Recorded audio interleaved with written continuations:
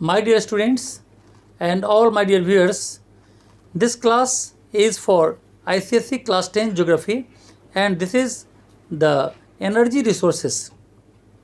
Energy resources is the part of minerals. So we have already made 2 videos on minerals in which we have described about the coal, petroleum, natural gas. Apart from that, iron ore, manganese, bauxite, limestone. So these things have already been described in the previous 2 videos. This particular video is about the energy resources, and energy resources can be classified into 2 parts, that is conventional and non-conventional. So my present video is related to conventional source of energy and conventional source of energy. So here the question arises कि conventional source of energy क्या चीज़ है? Conventional source of energy हम किसे कहते हैं? Conventional source of energy actually वो energy होती है जो एक बार यूज कर लेने के बाद आमतौर पर उसका यूज फिर दोबारा नहीं हो सकता। तो इसमें आमतौर पर कोल, पेट्रोलियम, नेचुरल गैस ये सब भी आता है। तो इसको हम लोगों ने तो आगे डिस्क्राइब कर ही लिया है, लेकिन इसी को हम आगे बढ़ाते हैं। खासतौर पर 2-3 चीज़ और डिस्क्राइब इसमें करना बाकी है, और वो है जैसे कि हाइड्रो पावर है ना, हाइड्रो इलेक्ट्रिसिटी, और दूसरा न्यूक्लियर एनर्जी। तो इसको हम लोग देखेंगे। सबसे पहले हाइडल पावर क्या चीज़ है? हाइडल पावर का मतलब होता है कि इलेक्ट्रिसिटी का जनरेशन किसके द्वारा? पानी के द्वारा। क्योंकि हम लोग जो इलेक्ट्रिसिटी यूज करते हैं वो में से ज़्यादातर हिस्सा जो है वो हमारे कोल या पेट्रोलियम से ही बनता है। लेकिन कोल पेट्रोलियम जैसा हम लोग जानते हैं कि एग्जॉस्टेबल है, एक दिन ख़त्म हो जाएगा, तो इसीलिए इस पर हमारा डिपेंडेंस कम करना होगा। That's why we are trying to build energy through water. तो वाटर से जो इलेक्ट्रिसिटी बनती है उसको हम क्या कहते हैं? उसको कहते हैं हाइड्रो इलेक्ट्रिसिटी, यानी हाइडल पावर के नाम से उसको हम लोग जानते हैं। हाइड्रो इलेक्ट्रिसिटी के बहुत सारे एडवांटेज हैं। यह आमतौर पर बनाया जाता है किसी रिवर में, वाटर को कंट्रोल किया जाता है। रिवर के वाटर को हम कंट्रोल कर लेंगे, वहाँ डैम बनाएंगे, और डैम से फिर काफ़ी ऊंचाई से उस पानी को नीचे गिराएंगे तो एक करंट फॉर्मेशन होगा और वहाँ से इलेक्ट्रिसिटी जनरेट किया जाता है। तो यह है इसका प्रोसेस, और इससे हम लोग यहाँ पर इसको ये काफ़ी यूजफुल है, काफ़ी इसका एडवांटेज भी है। हम लोग देखते हैं इसका कि हाइड्रो इलेक्ट्रिसिटी का एडवांटेज क्या है। तो सबसे बड़ा जो इसका एडवांटेज है वो ये है कि ये इनएग्जॉस्टेबल है, मतलब ये कभी ख़त्म होने वाला नहीं है। मतलब ये रिन्यूएबल सोर्स ऑफ एनर्जी है, ये बार बार हम यूज करते रहेंगे और वाटर की स्कार्सिटी कहीं भी नहीं होगी और इलेक्ट्रिसिटी यहाँ पर बनती रहेगी। सो दूसरा है कि ये जो एनर्जी है in comparison to other source of energy ये चीपर है, सस्ता होता है, क्योंकि ये डैम के ऊपर पानी से बनाया जाता है। इसके अलावा तीसरा है कि किसी तरह का पॉल्यूशन क्रिएट नहीं करता, तो सस्ता भी है, पॉल्यूशन भी नहीं है, और साथ में रिन्यूएबल भी है। तो ऐसे सोर्स ऑफ एनर्जी को क्यों ना यूज़ किया जाए, ये सब इसके एडवांटेज हैं।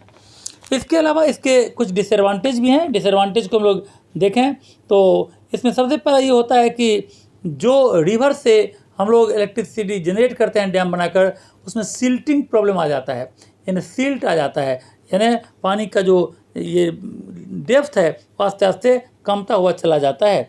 इसके अलावा सप्लाई ऑफ वाटर भी फ्लक्चुएट कर सकता है, कहीं पर ज़्यादा हो सकता है, कहीं पर कम हो सकता है कि गर्मी के सीजन में कम हो जाए तो इलेक्ट्रिसिटी जनरेशन कम हो जाएगा, तो कंप्लीट डिपेंडेंस का चीज़ ये नहीं होता। इसके अलावा इसका जो लोकेशन है वो बहुत ही इंपॉर्टेंट होता है, क्योंकि इसको हमको कहीं ना कहीं पर वैसी जगह पर बनाना पड़ेगा जहाँ पर रिवर है। तो हर जगह अगर रिवर नहीं है तो फिर इलेक्ट्रिसिटी नहीं बनेगी वहाँ पर, तो इसीलिए इसका डिसएडवांटेज भी हो जाता है। हमारे देश में इस जनरेशन के लिए बहुत सारे मल्टीपर्पज़ प्रोजेक्ट्स तैयार किए गए हैं। मल्टीपर्पज़ प्रोजेक्ट का नाम भी से ही लगता है कि जो एक साथ कई काम करे उसको मल्टीपर्पज़ कहते हैं। मतलब so many purposes are solved here, तो इसको हम कहते हैं मल्टीपर्पज़। तो इसमें से जो ज़्यादातर है उसमें मल्टीपर्पज़ का एडवांटेज तो बहुत ज़्यादा है। फ्लड कंट्रोल करता है, इसके अलावा इरिगेशन में हेल्पफुल होता है, इलेक्ट्रिसिटी जनरेशन तो है ही, इसका फिशिंग वर्क है, बहुत सारा पार्ट है, ट्रांसपोर्टेशन में हेल्प करता है। तो लेकिन लोग देखते हैं कि मेन जो हमारा मल्टीपर्पज़ प्रोजेक्ट है वो कौन कौन है। तो मेन पर्पस जो हमने एडवांटेज का, इसके अलावा जो मेन है वाखरा नेंगल प्रोजेक्ट रिवर सतलज के ऊपर बना हुआ है। इसके बाद हीराकुड प्रोजेक्ट रिवर महानदी के ऊपर बना हुआ है। Damodar valley project Damodar river के ऊपर बना हुआ है। तुंगभद्रा प्रोजेक्ट तुंगभद्रा रिवर के बना हुआ है। तो बहुत सारे हैं, लेकिन हमको दो मेन पढ़ना है, वह वाखरा नेंगल प्रोजेक्ट और हीराकुड प्रोजेक्ट। यही दोनों हमारे सिलेबस में है, तो हम लोग यहाँ पर पढ़ेंगे। सबसे पहले वाखरा नेंगल प्रोजेक्ट के बारे में पढ़ते हैं। वाखरा नेंगल प्रोजेक्ट एक्चुअली पंजाब, हरियाणा और राजस्थान सरकार के जॉइंट वेंचर से बनाया गया है। ये तीनों ने मिलकर इसको बनाया है and it was commissioned in 1963 and it was largest multipurpose project of India. ये जितने भी हमारे मल्टीपर्पज़ प्रोजेक्ट हैं, इसमें ये सबसे बड़ा प्रोजेक्ट होता है। वाखरा नेंगल प्रोजेक्ट सबसे बड़ा है। ये कहाँ पर है? ये वाखरा सतलज रिवर के ऊपर बनाया गया है at the site of Bhakra gorge in the Shivalik about 80 kilometre from the Ambala city. तो ये जो डैम है, एक्चुअली इसका दो डैम है, वाखरा अलग डैम है, नेंगल अलग डैम है। तो दोनों को मिला करके यहाँ पर वाखरा नेंगल डैम कहा जाता है। हम लोग यहाँ पर देखेंगे कि वाखरा नेंगल डैम जो बनाया गया, इसका एडवांटेज क्या है, यानी इसका एडवांटेज क्या है। तो सबसे पहले इसको देखेंगे। पहला इसका एडवांटेज है, ये हमें इलेक्ट्रिसिटी देती है। इलेक्ट्रिसिटी से हमें इंडस्ट्री चलती है, एग्रीकल्चर चलता है, डोमेस्टिक यूज में हम इसको लगाते हैं। तो सबसे बड़ा जो इसका एडवांटेज है वह इलेक्ट्रिसिटी हमें देती है। दूसरा है कि जो ये रिवर है, ये हमें फ्लड कंट्रोल करने में भी, जिस सतलज रिवर के ऊपर जब बांध बांधते हैं, डैम बनाते हैं इलेक्ट्रिसिटी जनरेट करने के लिए, तो साथ में क्या करता है, फ्लड कंट्रोल में भी हमें मदद करता है। इसके अलावा फिशिकल्चर यानी फिश ये करना, इसके अलावा सॉइल कंजर्वेशन में मदद करता है। इसके अलावा फूड क्रॉप्स, कैश क्रॉप्स में जहाँ इरिगेशन का काम होता है, उसमें भी इसका हम यूज़ कर लेते हैं। तो बहुत सारे इसके एडवांटेज यहाँ पर हैं। अब आता है हीराकुड प्रोजेक्ट। हीराकुड प्रोजेक्ट जैसा हम लोग जानते हैं कि ये महानदी के ऊपर बना हुआ है और इसका जो लोकेशन है वो है उड़ीसा में, और उड़ीसा में है महानदी रिवर और यहीं पर ये बनाया गया है। This river has its source in the Maikal hills of Madhya Pradesh and flows for hundreds of kilometers through Odisha before entering Bay of Bengal। तो ये मध्य प्रदेश से शुरू होकर ये महानदी उड़ीसा होते हुए बे ऑफ बंगाल में फॉल कर जाती है। तो इसका जो खास तौर पर इसका जो मेन एडवांटेज है, बेनिफिट है, वो आमतौर पर होता है इंडस्ट्रियल डेवलपमेंट के लिए, क्योंकि इसमें इस एरिया में मिनरल रिसोर्सेज ज़्यादा है, तो इलेक्ट्रिसिटी तो जनरेट होता ही है, इंडस्ट्रियल पर्पज़ के लिए इसका ज़्यादा लाभ है। Other benefits of Hirakud projects are soil conservation, soil को इरोड होने से बचाता है, और फिश कल्चर तो यहाँ पर है ही। इसके अलावा वाटर स्पोर्ट्स वगैरह में भी इसका बहुत सारा लाभ होता है।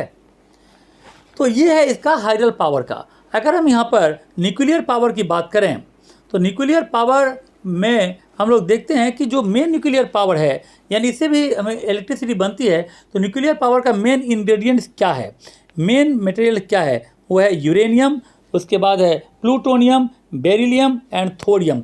ये चार जो है वो मेन इंग्रेडिएंट्स है पावर जनरेशन के लिए।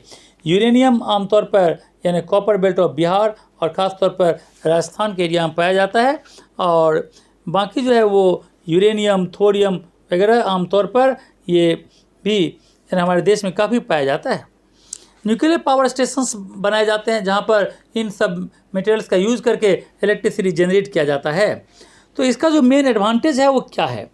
इसका सबसे बड़ा एडवांटेज है कि इससे जो बिजली बनती है वो बिजली काफ़ी सस्ती होती है। इलेक्ट्रिसिटी जो बनती है इसकी वो काफ़ी सस्ती होती है। और दूसरा एडवांटेज ये होता है इसका कि इसके बनने से हमारे जितने भी फॉसिल फ्यूल्स हैं जैसे कोल, पेट्रोलियम, ये हमारा बच जाता है। इसके अलावा इसमें जो इसका कंडीशनल ये है कि another advantage, less amount of fuel is required. इसमें फ्यूल का अमाउंट कम हो जाता है और न्यूक्लियर फ्यूल जो है काफ़ी लगभग 20% सस्ता है। तो हमने दो एडवांटेज यहाँ पर कह दिया कि ये काफ़ी चीप होता है, 20% भी इसका कॉस्ट नहीं है उसके मुकाबले, और दूसरा हमने कहा कि इससे हमारा यानी अदर जो यानी कोल है, पेट्रोलियम है, वो हमारा बच जाता है।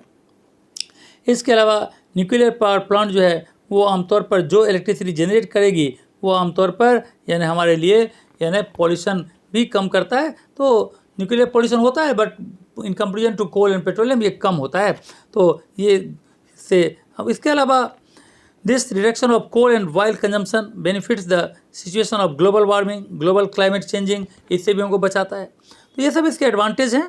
अगर इसका कुछ डिसएडवांटेज भी देखें तो इसमें ये हो सकता है कि एक बार जब हम फ्यूल को यूज़ कर लेते हैं तो it's disposal is a problem, आज इट इज़ रेडियो एक्टिव, और इसका जो डिस्पोजिंग एलिमेंट है वो रेडियो एक्टिव होता है, जहाँ पर इसको डालते हैं वो भी एक तरह से डेंजरस हो जाता है।